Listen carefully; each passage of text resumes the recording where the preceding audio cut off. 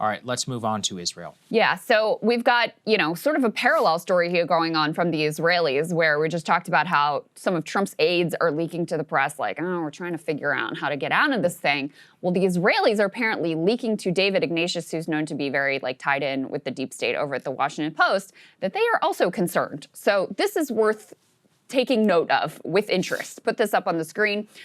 So the headline is, Israeli officials are growing concerned. A bombing campaign nearing its military goals in Iran leaves the hardest questions unanswered.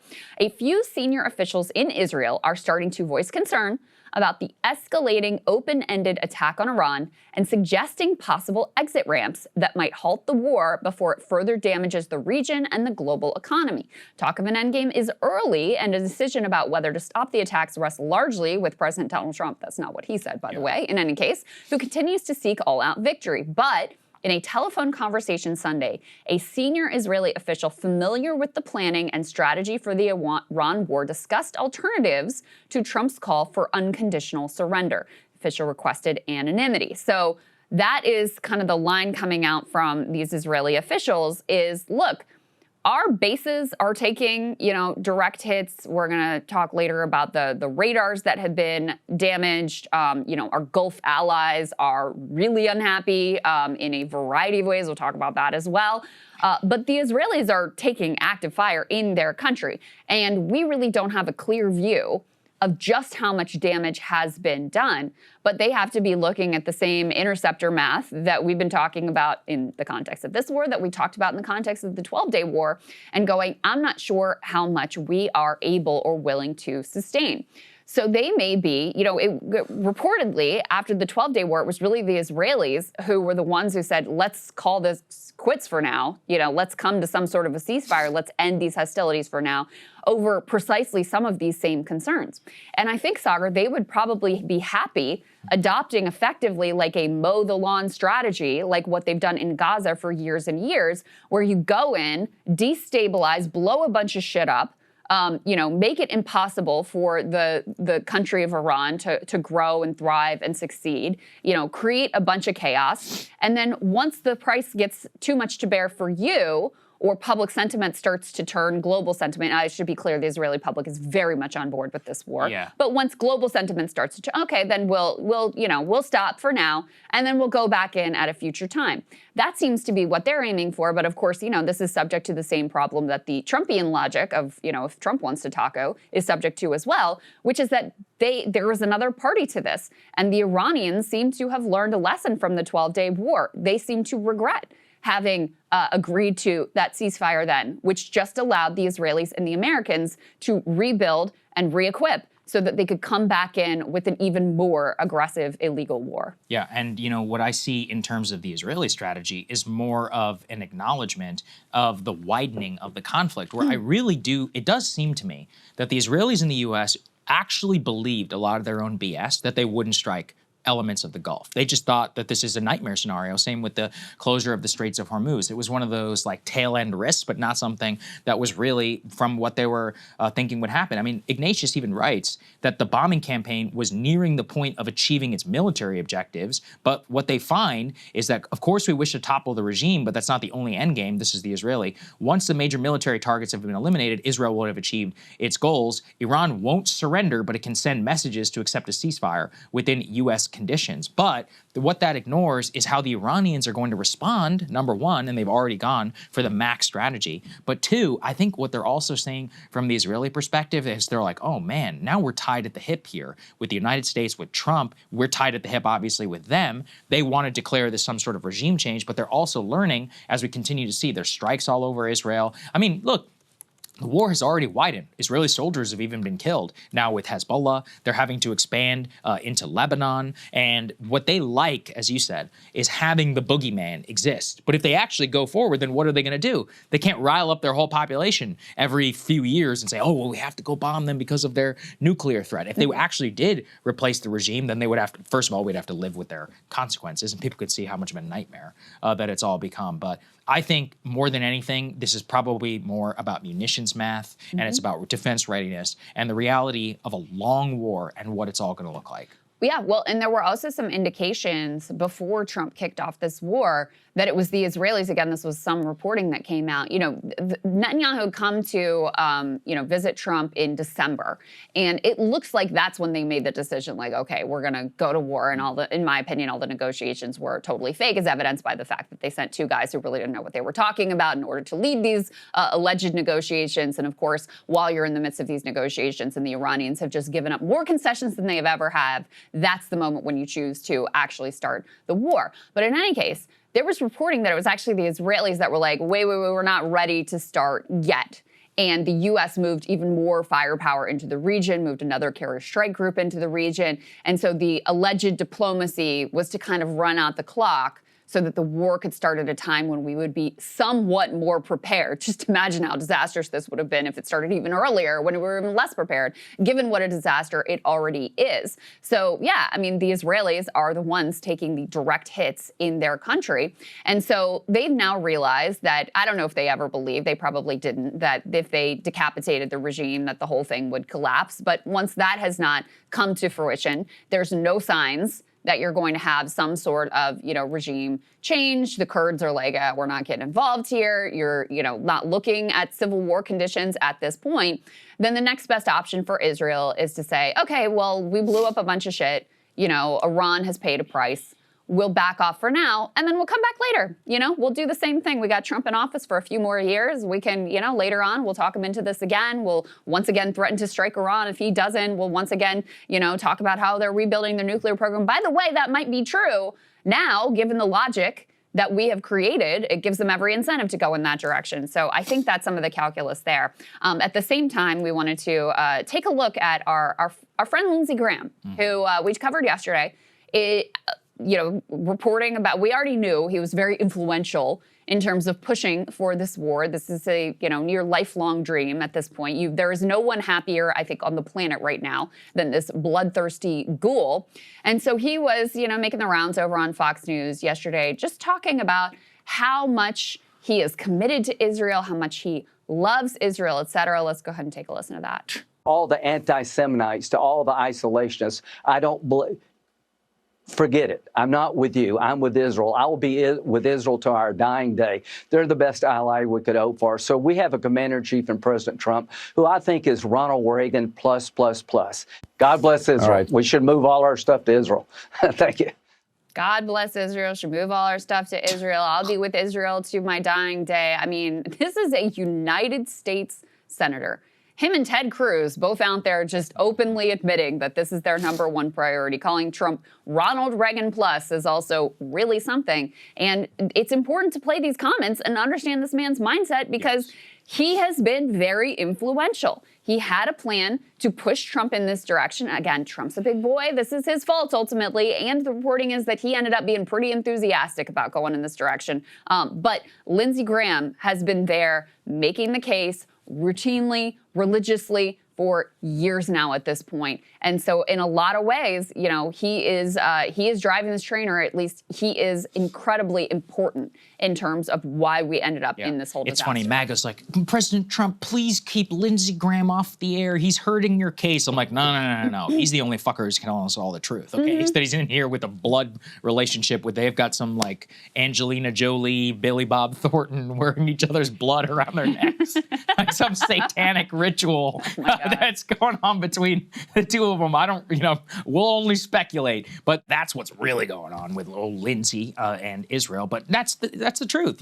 Yesterday, Laura Ingraham even had Ted Cruz on her show, and she's like, you don't think it's a little weird that Lindsey Graham is going over to Israel and, coordinating with their intelligence agencies on how to pressure the president? Well, he loves America. That's what Ted Cruz goes. He loves America. No, he doesn't. He even said at one point in the interview, he's like, I'm going back to South Carolina to convince them to send their sons and daughters to the Mideast. Oh, I am just my like, God. Good luck. Yeah, and look, people of South Carolina, at this point, you guys have had plenty of chances. I don't know what the hell you guys are doing down there. But, the real point that remains is that we are in some suicidal blood pact with this country. A significant part of our electorate is either compromised or ideological. For him, I do think it's ideological, 100%, because he's been saying a little from column A, a little from column B. Yeah, I don't know. I mean, who knows, right? But, he's been saying it for 20, 30 years. Like, this is his entire worldview, but it does demonstrate what we're all into. And Yeah. the Israelis may say to David Ignatius that they're a little worried, but their calculus is always escalate, escalate, escalate, escalate. And you can also see how in the Gulf, we are dramatically losing a lot of our allies. Like, let's go and put to the next one, please, B3. Good example. So you have the UAE, which says that the Emirates reaffirms their commitment not to allow their airspace, territory, waters to be used for any military actions against Iran. Now, that's not even true, right? Because you can already see that there has obviously been, a lot of launchers and other things, who knows, even with their own base. But what they're trying to do is signal to Iran that they have nothing to do with this. You've also had multiple instances now where the UAE is upset with Israel because they're saying, oh, hey, Israelis, stop trying to leak that we are responsible for some attack on a desalination plant. And even the Iranians are responding.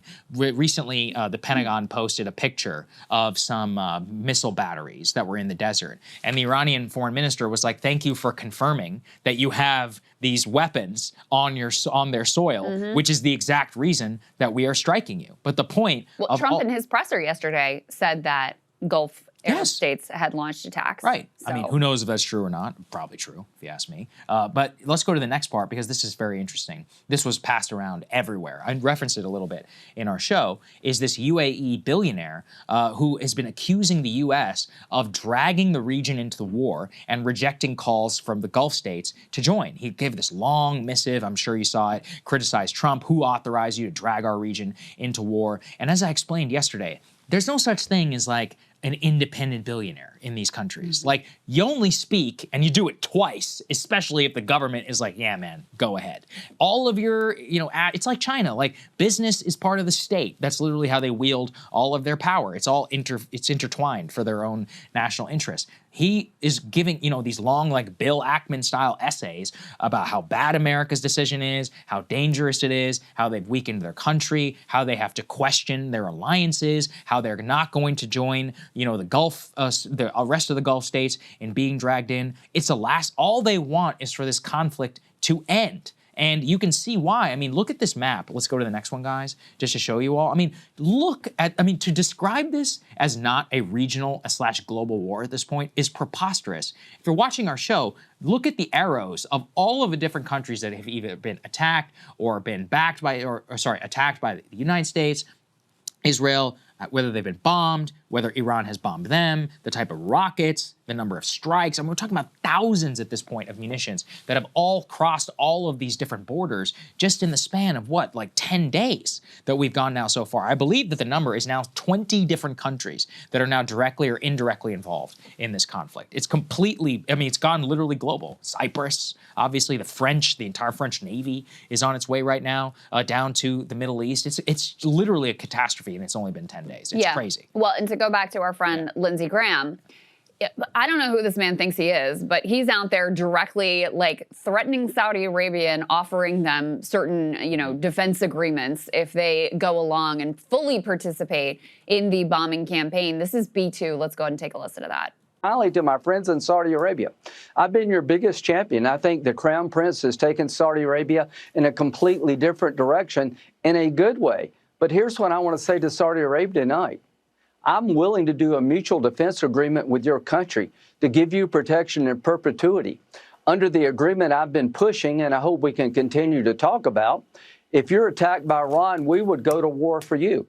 Who are you? Who said that? You're not said that. You're not the president. You're not in the cabinet. You're not the Secretary of War. You're not the Secretary of State. You're now freelancing, offering defense agreements to various countries. And I think the Saudi piece, though, is really important. I understand why he's so upset about it, because there was some reporting that Saudi was low-key or high-key interested in this war, supportive of this war. I don't know whether that's true or not. The Saudis denied it. It could have been, sort of a planted story.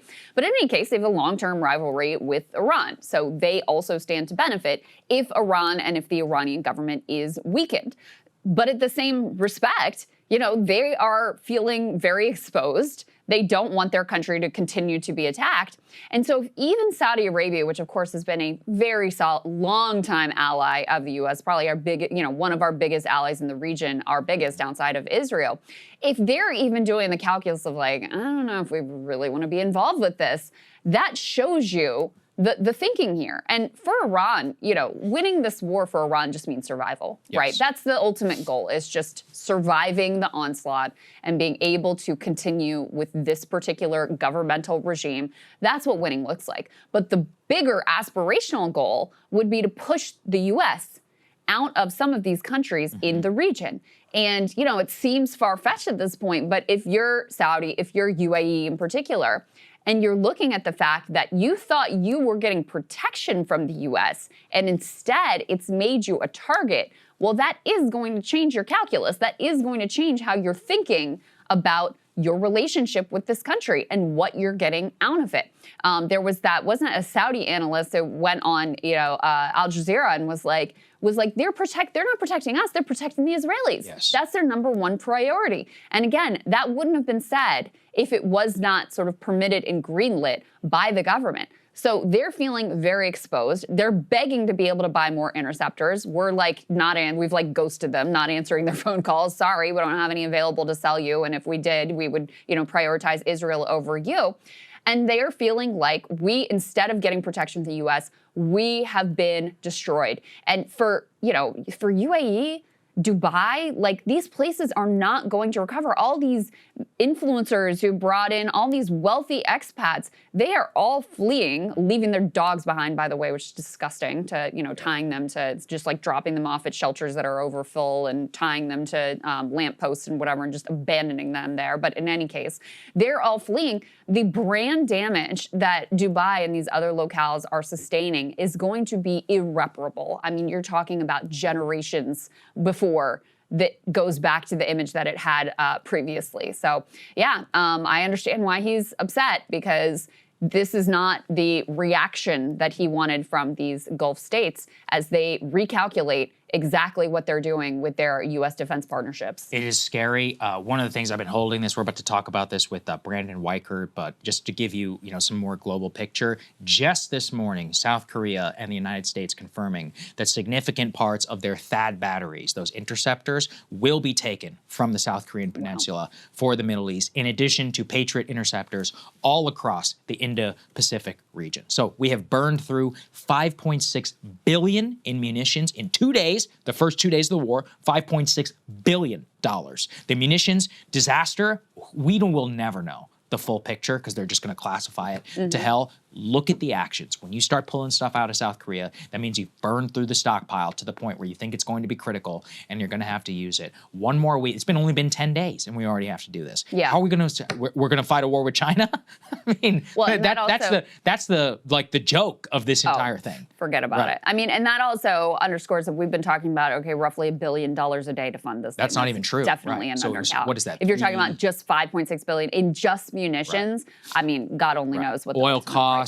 During the war in Afghanistan, the estimate was that for every soldier downrange, it was $1 million in order to keep them. And we had 100,000 or some people, so you could do the math and on how that works out. But it is such a nightmare for defense readiness, for all of these allies. This is going to seriously rewrite the entire way a lot of countries look at us.